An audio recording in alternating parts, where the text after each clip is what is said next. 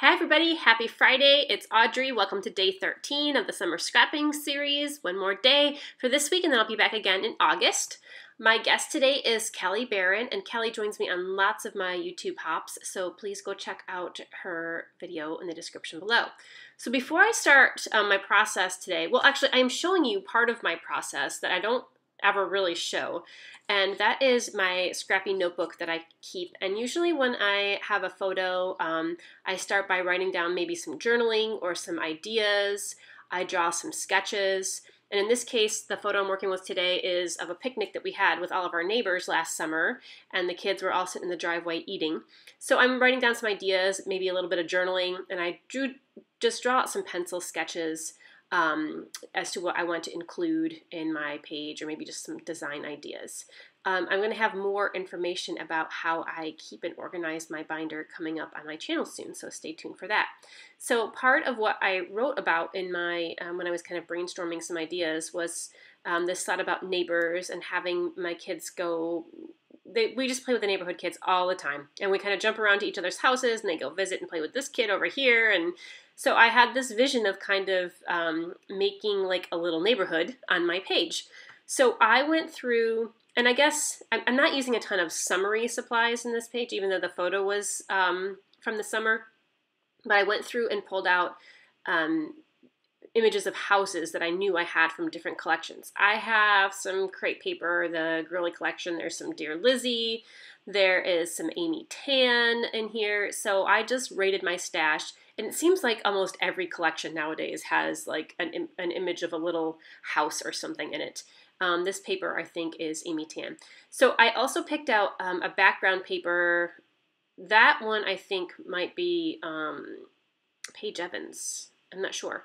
I wanted something that kind of reminded me of a street, like a neighborhood street. So I was thinking, gray pavement, and that's why I picked that background paper. And I was going to try to actually make a little road on the page with houses on each side. So I have my photo in the middle, and I've cut out some houses. Oh, this paper here is an old Pink Fresh Studio. Not old, maybe last year. I guess that's old in the scrapbooking world anyway. But Pink Fresh Studio. So I'm putting some houses here, and you can see I'm going to make like a little road down the middle here. And then I have houses on the bottom that I put upside down. But I thought I'd change that because it looks kind of silly being upside down. I mean, I think you'll get the idea that it's a street, even though, they're going to go right side up. So for a second, I changed my background paper because I wasn't loving the gray. And I thought I was going to go with this pattern paper and didn't like that either, so I switched that out and I went with a more subtle pattern. And instead of having a gray background, I cut a gray strip. And that piece of paper is from a Paige Evans collection too. And I put the strip down the middle, and that's going to be my little road. And I have just scattered the houses on each side of the road. I found a few other stickers and stuff in my stash that have little houses on them. And I'm just going through and finding things that balance in terms of color. I'm kind of spreading out the yellows. I took some stickers that were kind of like a clear acetate, and I stuck those behind the houses. There's some trees there. Those are from an Amy Tan collection as well. If you really want to know the names of these collections, I will definitely go look them up. You can just post a question and I'll answer you. I just can't remember them off the top of my head right now. I used to be able to know them all, but now I don't so much. So it's very hard to see here, and I wish I did my stitching in a different color, but I did stitch in a dark gray thread over the gray, which was kind of probably dumb because you can't really see it. And I just did these zigzag lines back and forth across the gray, again to kind of mimic the movement of my kids and all the neighborhood kids, just going back and forth to each other's houses and playing at each other's houses, and just that neighborly connection. I wish I did it in like yellow or blue or something because you can't really see it. The other thing that's missing from my page, and this is because I was just trying to get this page done quickly and I thought it was going to be so busy, that I didn't do any mixed media on it, and that is very rare for me. I didn't put I didn't even put any little splatters or anything. It's just paper and stickers today, really.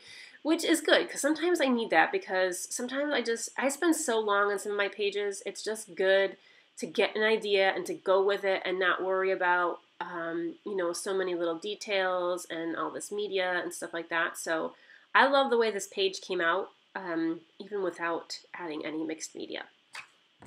So I added a couple little phrase stickers here and there as well. And I have this little sticker. What the heck does it say? I can't remember what it says. And of course, I can't see right now because my eyes are so bad. Looking at this, and this, as small as it is on my screen right now, I'm recording this. I can't see what it says, but I know there's a close-up of it at the end. But it's whatever it is, I'm sure it goes well with my page. I wasn't exactly sure where to put it, and I still want to put a title on here too, so I got to figure out where I'm going to put that as well. I'm going to tuck it in here somewhere. So some of these houses are puffy stickers, some are chipboard, some are patterned paper, some are die cuts, and I just went through, arranged them mostly by color and shape, and then I'm going to pop some of them off, and others, like the puffy stickers, I'm not going to pop those off. I'm just going to leave those flat in the background. A couple more trees that I kind of fussy cut and put there, because I had those big tree stickers, the pink and the blue tree on the top. I wanted to put a couple little trees in the bottom. And I have a little rainbow up there at the top. Not sure if that's going to go in here yet or not. I want to try to put it in there somewhere. So the title of my page is going to be Who Are the People in Your Neighborhood, of course. And we love our neighbors. I'm so glad we live in a place where our kids can play together and have fun, and we can look out for each other too. I did do a little bit of stitching around my photo with some black thread just to kind of make it stand out a tiny bit more and to kind of pick up the black and the word neighborhood. By the way, I love that font, the sticker font for the word neighborhood. I do add the rainbow up there, and then I take it off. Wasn't happy with it, but maybe I might go add it back in. But what is with me with adding things in and taking them off? I just can't make up my mind. So now I like it on there and I want to go put it back.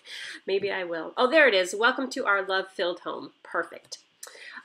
So thank you so much for joining me today for this super short and quick layout. Hope you enjoyed, and I will see you tomorrow for the last page of the week. Have a good day. Stay scrappy, friends.